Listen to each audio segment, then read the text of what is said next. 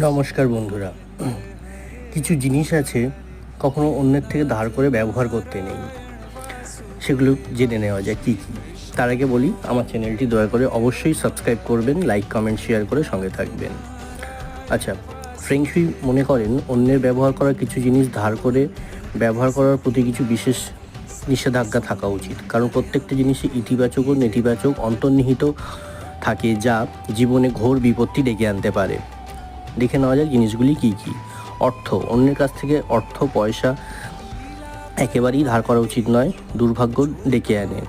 সাধারণত আর্থিক বিশেষজ্ঞরা তাই মনে করেন। কলম, অন্যের কাছ থেকে কলম ধার করতে নেই, একান্ত প্রয়োজন ধার করা দ্রুত করলে ফিরিয়ে দেওয়া উচিত। কলম ধার করা খুব একটা ভালো কথা নয়। অন্যের ব্যবহার করা বিছানা কখনোই ব্যবহার করবেন না, তাতে নেগেটিভ শক্তি আসে। ঘড়ি, অন্যের কাছ থেকে ঘড়ি ব্যবহার করবেন না, তার খারাপ সময় আপনার সঙ্গেও লেগে যাবে।